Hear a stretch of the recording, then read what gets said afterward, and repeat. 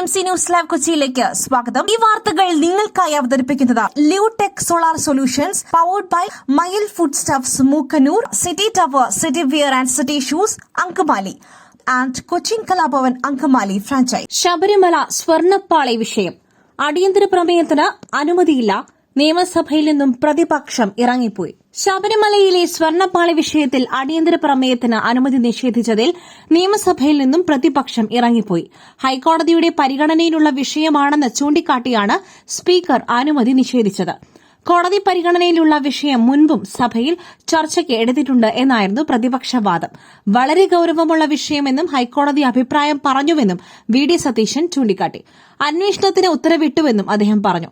ശബരിമലയിൽ നിന്നും 4 കിലോ സ്വർണം ഹൈക്കോടതി അറിയാതെ, ഉദ്യോഗസ്ഥരറിയാതെ അടിച്ചുമാറ്റിയ വിഷയമാണ്. അയ്യപ്പ ഭക്തരെയും വിശ്വാസികളെയും മുഴുവൻ വിഷമത്തിലാക്കിയ പ്രശ്നമാണ്. ഗവൺമെന്റും ദേവസ്വം ബോർഡും അവരെ സംരക്ഷിക്കുകയാണ്. ഉത്തരവാദിത്തപ്പെട്ട ആളുകളുടെ പിന്തുണയോടുകൂടി 4 കിലോ സ്വർണം ശബരിമലയിൽ നിന്നും അടിച്ചുമാറ്റിയിട്ട് ഈ സഭയിൽ ഇത് അനുവദിക്കില്ല എന്ന് പറയുന്നത് തെറ്റായ കീഴ്വഴക്കമാണ്. ഞങ്ങൾ ഇതിൽ പ്രതിഷേധിച്ച് ഇറങ്ങിപ്പോകുന്നു, പ്രതിപക്ഷ നേതാവ് പറഞ്ഞു. തിരുവനന്തപുരത്ത് വൻ MDMA വേട്ട. 1/2 കിലോയോളം ലഹരി മരുന്നുമായി യുവാവ് പിടിയിൽ. തിരുവനന്തപുരത്ത് വൻ MDMA വേട്ട. 1/2 കിലോയോളം MDMAയുമായി യുവാവ് പിടിയിൽ. വിനീത് എന്നയാളാണ് പിടിയിലായത്. ചിറയൻകീഴ് റെയിൽവേ സ്റ്റേഷൻ പരിസരത്ത് നിന്നാണ് ഇയാളെ പിടികൂടിയത്. ബംഗളൂരുവിൽ നിന്നും ട്രെയിൻ മാർഗം ലഹരി എത്തിക്കുകയായിരുന്നു. ഡാൻസാഫിന് കിട്ടിയ രഹസ്യ വിവരത്തിന്റെ അടിസ്ഥാനത്തിൽ നടത്തിയ പരിശോധനയിലാണ് ഇയാൾ പിടിയിലായത്. 440 ഗ്രാം MDMAയാണ് ഇയാളിൽ നിന്നും കണ്ടെടുത്തത്. പിന്നിൽ വലിയ ലഹരി സംഘം എന്നും പോലീസ് പറഞ്ഞു. വിൽപ്പനയ്ക്കായി തിരുവനന്തപുരത്ത് എത്തിച്ചതാണ് ഇതെന്നാണ് പോലീസിന്റെ നിഗമനം. ട്രെയിനിൽ ഇയാൾക്കൊപ്പമുണ്ടായിരുന്നവരെ കേന്ദ്രീകരിച്ചും അന്വേഷണം നടത്തുമെന്ന് പോലീസും ഡാൻസാഫും അറിയിച്ചു. പാലിയേക്കരയിലെ ടോൾ പിരിവ് തിങ്കളാഴ്ച മുതൽ അനുമതി നൽകി ഹൈക്കോടതി. പാലിയേക്കരയിലെ ടോൾ പിരിവ് തിങ്കളാഴ്ച മുതൽ അനുവദിക്കാമെന്ന് ഹൈക്കോടതി. ഹൈക്കോടതിയുടെ കർശന ഉപാധികളോടെയാകും ടോൾ പിരിക്കുവാൻ അനുമതി നൽകുക. ടോൾ നിരക്ക് വർദ്ധിപ്പിച്ച രേഖകൾ ഹാജരാക്കുവാനും കോടതി നിർദ്ദേശിച്ചു. ഇടപ്പള്ളി മണ്ണുത്തി ദേശീയപാത നവീകരണം മന്ദഗതിയിൽ ആയതിന് പിന്നാലെയാണ് പാലിയേക്കരയിലെ ടോൾ പിരിവിന് വിലക്കേർപ്പെടുത്തിയത്. 45 ദിവസത്തെ വിലക്കിന് ശേഷം ഡിവിഷൻ ബെഞ്ച് ടോൾ പിരിവിന് അനുമതി നൽകി. തിങ്കളാഴ്ചയാണ് ഇടക്കാല ഉത്തരവ്. തൃശൂർ ജില്ലാ കളക്ടർ അധ്യക്ഷനായ മോണിറ്ററിംഗ് കമ്മിറ്റിയുടെ റിപ്പോർട്ടാണ് ടോൾ പിരിവിന് വീണ്ടും വഴിതെളിച്ചത്. നിർമ്മാണ പ്രവർത്തനങ്ങൾ കാര്യക്ഷമമായി മുന്നോട്ടു പോകുന്നുവെന്നാണ് റിപ്പോർട്ട്. ദേശീയപാത നിർമ്മാണ പ്രവർത്തനങ്ങൾ അവസാന ഘട്ടത്തിലാണെന്ന് ദേശീയപാത അതോറിറ്റിയും കോടതിയെ അറിയിച്ചു. കോടതി ഉത്തരവിന് ശേഷം പുതുക്കിയ നിരക്കിന്റെ അടിസ്ഥാനത്തിലാകും ടോൾ പിരിക്കുക. ഈ വിവരങ്ങൾ ഹാജരാക്കുവാനും കോടതി നിർദ്ദേശിച്ചിട്ടുണ്ട്. സോണിയാഗാന്ധിയും രാഹുൽ ഗാന്ധിയും വയനാട്ടിൽ സ്വീകരിക്കാനെത്തി പ്രിയങ്ക ഗാന്ധി. ലോക്സഭാ പ്രതിപക്ഷ നേതാവ് രാഹുൽ ഗാന്ധിയും കോൺഗ്രസ് പാർലമെന്ററി പാർട്ടി അധ്യക്ഷ സോണിയാഗാന്ധിയും ഇന്ന് വയനാട്ടിലെത്തും. KC വേണുഗോപാലും കൂടെയുണ്ട്. പ്രിയങ്ക ഗാന്ധി, സണ്ണി ജോസഫ് എന്നിവർ സ്വീകരിക്കാനെത്തി. രാവിലെ 10-ന് കരിപ്പൂർ അന്താരാഷ്ട്ര വിമാനത്താവളത്തിലാണ് ഇരുവരും വന്നിറങ്ങിയത്. കാലാവസ്ഥ അനുകൂലമെങ്കിൽ ഹെലികോപ്റ്റർ മാർഗം ഇരുവരും വയനാട്ടിലേക്ക് പുറപ്പെടും. പ്രതികൂല കാലാവസ്ഥയെങ്കിൽ റോഡ് മാർഗമായിരിക്കും ഇരുവരും വയനാട്ടിലേക്ക് പുറപ്പെടുന്നത്. ഇരുവർക്കും വെള്ളിയാഴ്ച പൊതുപരിപാടിയൊന്നും തീരുമാനിച്ചിട്ടില്ല. പ്രിയങ്ക ഗാന്ധി MP കഴിഞ്ഞ ഒരാഴ്ചയായി മണ്ഡല പര്യടനത്തിനായി വയനാട്ടിലുള്ളതുകൂടി കണക്കിലെടുത്താണ് രാഹുലിന്റെയും സോണിയയുടെയും ഒരുമിച്ചുള്ള വരവ്. സ്വകാര്യ സന്ദർശനം എന്ന നിലയിലാണ് യാത്ര എന്നതിനാൽ ഇതുവരെ മറ്റു പരിപാടികൾ ക്രമീകരിച്ചിട്ടില്ല. ഒരു ദിവസത്തെ സന്ദർശനം മാത്രമാണെന്നാണ് പുറത്തുവരുന്ന വിവരങ്ങൾ. അതേസമയം സ്വകാര്യ സന്ദർശനം എന്ന് പറയുന്നുണ്ടെങ്കിലും ഇരുവരും കോൺഗ്രസ് നേതാക്കന്മാരുമായി ആശയവിനിമയം നടത്തും എന്നാണ് വിവരം. നേരത്തെ വയനാട്ടിൽ തുടരുന്ന പ്രിയങ്ക ഗാന്ധി സാമൂഹിക മത സാമുദായിക നേതാക്കന്മാരെ സന്ദർശിച്ചിരുന്നു. കൂടാതെ ജില്ലയിലെ കോൺഗ്രസിനുള്ള വിവാദങ്ങളെക്കുറിച്ച് പ്രിയങ്ക ഗാന്ധി ജില്ലാ നേതൃത്വത്തോട് വിവരം തേടിയതായി റിപ്പോർട്ട് പുറത്തുവന്നിരുന്നു.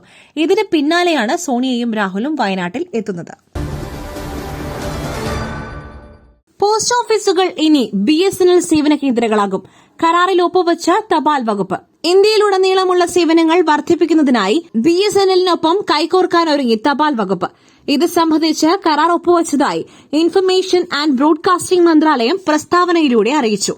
തപാൽ വകുപ്പിന് വേണ്ടി citizen centric services and RB general manager Manisha Bansal ബാദലും BSNL principal general manager sales and marketing consumer mobility Deepak ഗാർഗുമാണ് ഔദ്യോഗികമായി ഒപ്പുവച്ചത്. BSNL സിം കാർഡുകളും മൊബൈൽ റീചാർജ് സേവനങ്ങളും ലഭ്യമാക്കുന്നതിനായി പോസ്റ്റൽ വകുപ്പിന്റെ 1.65 ലക്ഷത്തിലധികം പോസ്റ്റ് ഓഫീസുകൾ പ്രയോജനപ്പെടുത്തും. മൊബൈൽ സിം വിൽപ്പന, മൊബൈൽ റീചാർജുകൾ എന്നിവയ്ക്കായി പോസ്റ്റ് ഓഫീസുകൾ പോയിന്റ് ഓഫ് സെയിൽ POS ആയിട്ടാകും പ്രവർത്തിക്കുക.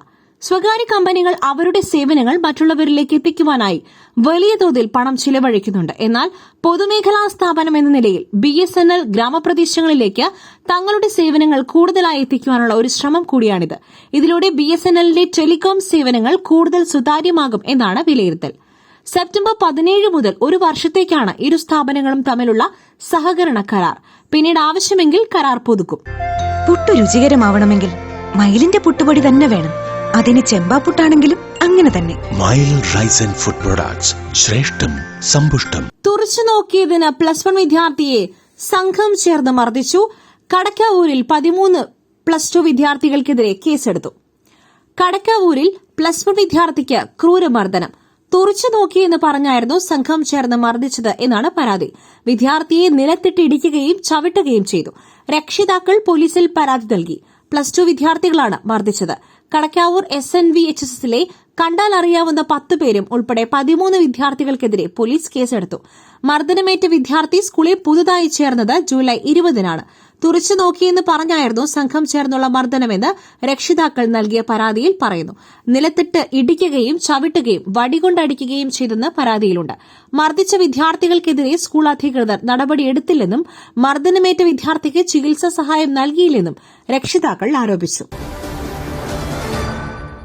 തൃശൂരിൽ ഫോറസ്റ്റ് ഉദ്യോഗസ്ഥർ അറസ്റ്റ് ചെയ്ത യുവാവ് തൂങ്ങി മരിച്ച നിലയിൽ.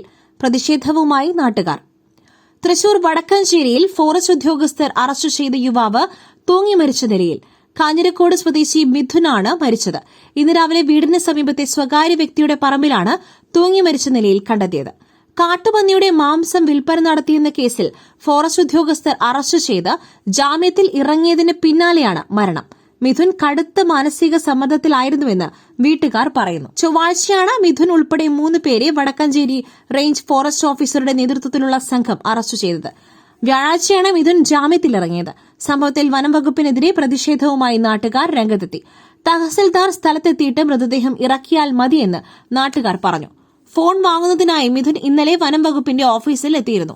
എന്നാൽ 7 അംഗ വനം വകുപ്പ് ഉദ്യോഗസ്ഥർ മർദ്ദിച്ചു എന്നാണ് കുടുംബം ആരോപിക്കുന്നത്. ഈ മനോവിഷമത്തിലാണ് മിഥുൻ ആത്മഹത്യ ചെയ്തതെന്നാണ് കുടുംബം പറയുന്നത്. കേസിൽ പ്രതികളല്ലാത്ത ആളുകളെയും മൊഴിയെടുത്തുകൊണ്ട് കസ്റ്റഡിയിലെടുക്കുകയാണെന്ന് നാട്ടുകാർ ആരോപിച്ചു. മിഥുൻ സമൂഹത്തിന് വേണ്ടപ്പെട്ട പയ്യനാണ്. ഇതിന് പരിഹാരം കണ്ടിട്ടേ പിരിഞ്ഞു പോകുള്ളൂ എന്നും നാട്ടുകാർ പറഞ്ഞു. മറ്റൊരു വാർത്തയുമായി കണ്ടുമുട്ടുന്നതുവരെ നന്ദി, നമസ്കാരം.